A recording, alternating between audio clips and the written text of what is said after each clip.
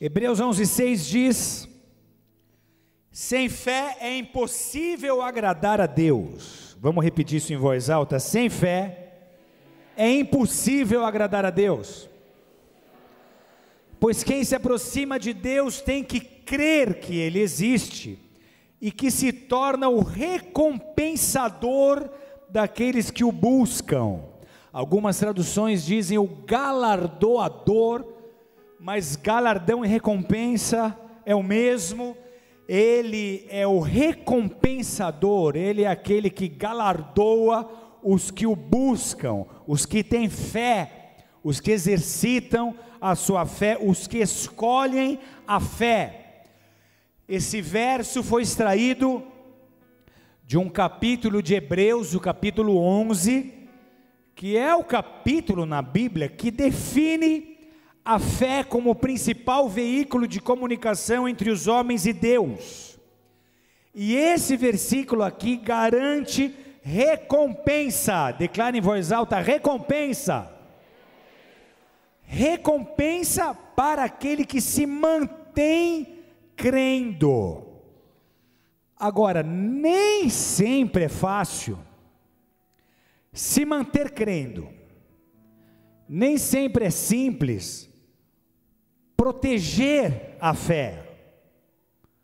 Nessa vida, há eventos que desorganizam as nossas convicções. Nessa vida, há circunstâncias que abalam as nossas incertezas. Nessa vida, há decepções que dificultam a expectativa, que dificultam a esperança. Outro dia, uma irmã falou: pastor, o meu anjo cupido deve ser do Estado Islâmico. Falei: anjo cupido? Não sabia que existia anjo cupido. Ela: o meu anjo cupido deve ser do Estado Islâmico. Eu falei: por quê, irmã? Porque ele só me manda a bomba. Você concorda, irmã? Fez assim, se identificou? Recebe aí então. Tem certas surpresas nessa vida aqui que nos abatem pessoalmente. A maioria das lutas, quando você tem fé, você tira de letra. Mas há certas situações que te afetam de um modo irreversível. Estava lá a irmã contando para o namorado: amor, eu te traí. Aí ele: eu também. Aí ela falou: 1º de abril, ele 22 de maio. Traiu. Como é que a vida segue depois de uma paulada dessa? Tem certas situações que você administra, tem outras que fogem do controle. Semanas desempregado é tempo sabático. Meses desempregado é recolocação no mercado. Anos desempregado é apocalipse na terra.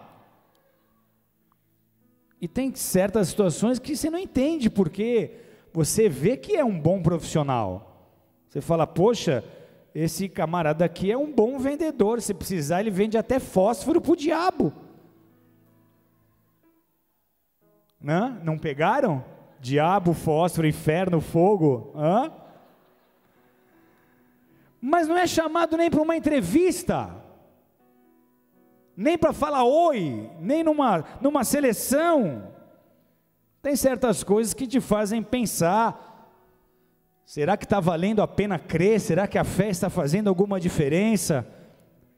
Será que eu devo mesmo me entregar de corpo, alma e espírito, como eu tenho feito?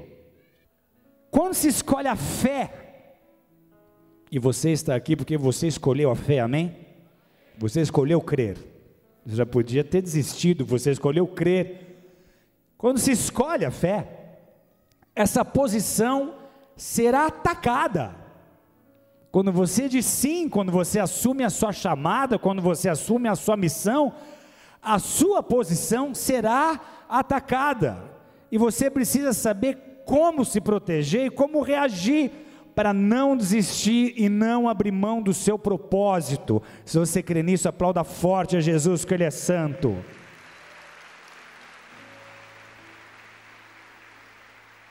Entre tantas histórias bíblicas onde a fé foi recompensada, nós vamos extrair lições da vida de um rei, e o nome dele é Ezequias, e para isso você vai abrir a sua Bíblia, em 2 Crônicas 32, dos versos 1 a 10, se não trouxe Bíblia, acompanhe no nosso telão,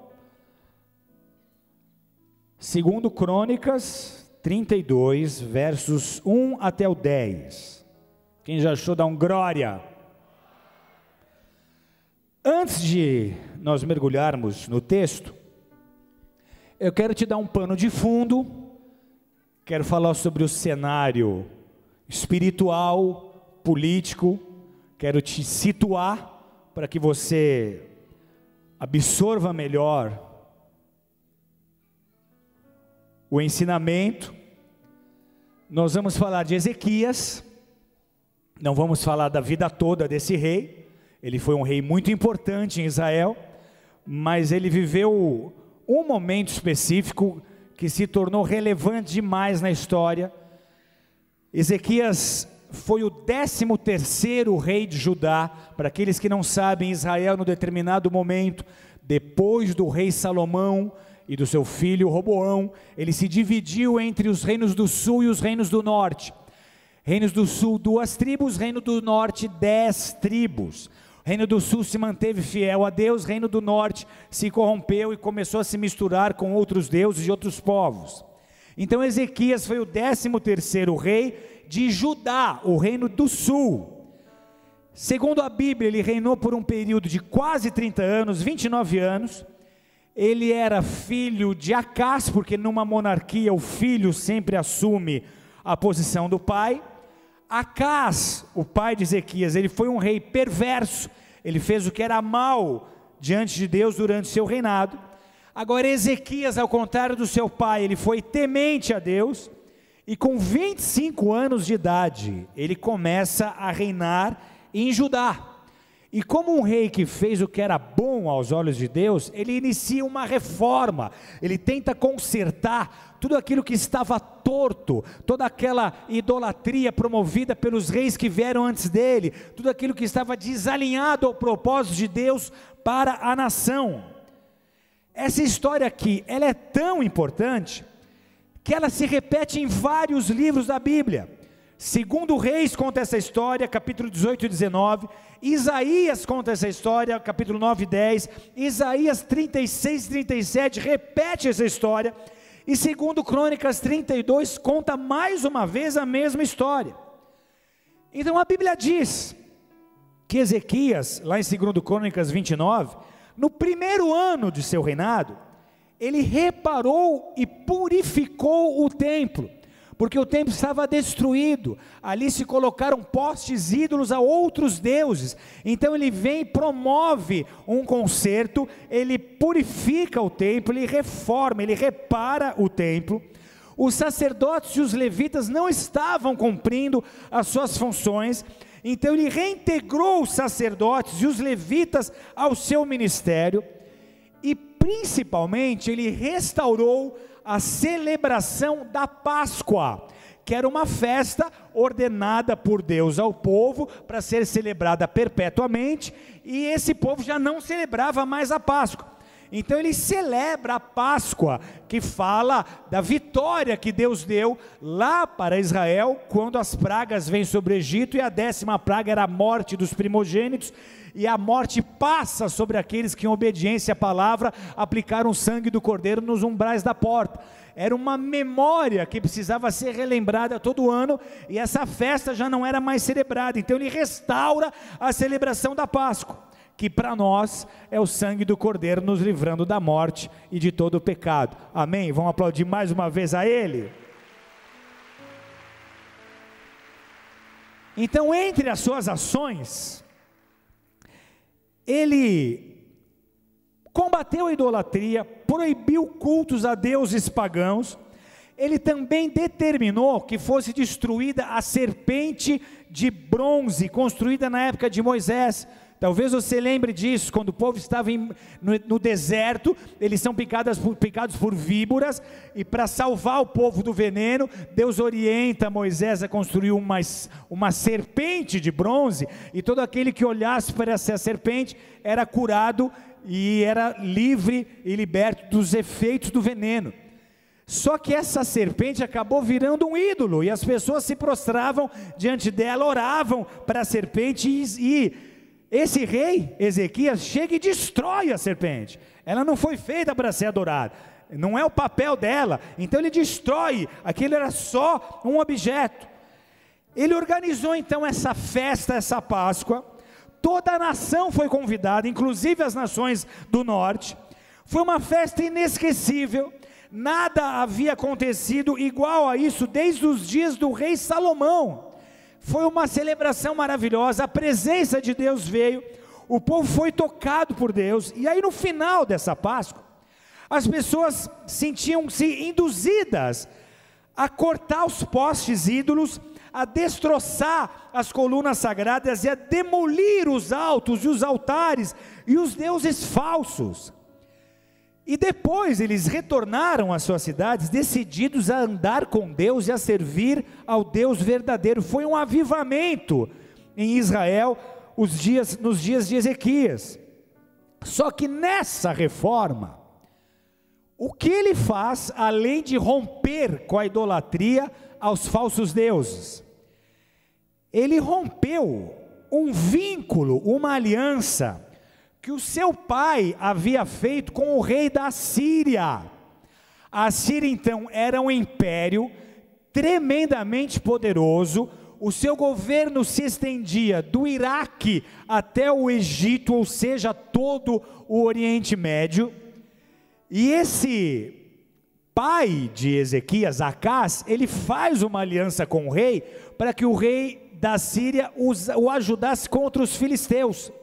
Então eles tinham lá um acordo, eles tinham que pagar tributo, pagar impostos a esse rei, e para quebrar todos os vínculos que comprometesse a dependência de Israel do seu único Deus, ele rompe inclusive este vínculo com a nação assíria.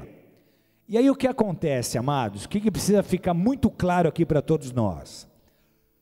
Quando nós rompemos vínculos com o opressor, ou quando nós confrontamos o seu senhorio, nós precisamos entender como que esse confronto funciona, e como que Deus opera, porque o rei da Síria, para nós aqui, não é nada mais, nada menos do que um tipo do próprio Satanás, que nos quer ver sobre o seu jugo, sobre a sua influência, sobre a sua opressão. Quando você se levanta e se opõe a essa opressão, quando você se levanta e se opõe a esse senhorio, você precisa saber que você vai confrontar uma potestade, um principado, um dominador, e que vai haver resistência. Como lidar com isso? Como vencer? Como continuar? Nós escolhemos a liberdade, nós escolhemos servir a Deus, mas aquele que se alimentava dos nossos pecados, estará faminto e furioso, e pronto a cobrar aquilo que ele acredita ser seu por direito. Então esse posicionamento de Ezequias enfureceu o rei da Síria, e aí nós lemos assim, segundo Crônicas 32, de 1 a 10. Depois destas coisas e desta fidelidade, veio Senaqueribe, rei da Síria, entrou em Judá, acampou-se contra as cidades fortificadas e intentou apoderar-se dela. Vendo, pois, Ezequias que Senaqueribe vinha e que estava resolvido a pelejar contra Jerusalém, resolveu de acordo com os seus príncipes e os seus homens valentes, tapar as fontes das águas que havia fora da cidade, e eles o ajudaram. Assim muito povo se ajuntou e taparam todas as fontes, como também o ribeiro que corria pelo meio da terra, pois diziam, porque viriam os reis da Síria e achariam tantas águas. Ele cobrou ânimo, restaurou todo o muro quebrado, e sobre ele ergueu torres, levantou também outro muro por fora, fortificou a Milo na cidade de Davi, fez armas e escudos em abundância, pôs oficiais de guerra sobre o povo, reuniu-os na praça da porta da cidade, e lhes falou ao coração, dizendo: sede fortes e corajosos, não temais, nem vos assusteis, por causa do rei da Síria, nem por causa de toda a multidão que está com ele, porque há conosco maior do que o que está com ele está o braço de carne, mas conosco o Senhor nosso Deus, para nos ajudar e para guerrear as nossas guerras. O povo cobrou ânimo com as palavras de Ezequias, rei de Judá. Depois disso, enquanto Senaqueribe, rei da Síria, com todo o seu exército, sitiava Laques, enviou seus servos a Ezequias, rei de Judá, que estava em Jerusalém, dizendo: assim diz Senaqueribe, rei da Síria: em que confiais vós, para vos deixar de sitiar em Jerusalém? Por enquanto até aí.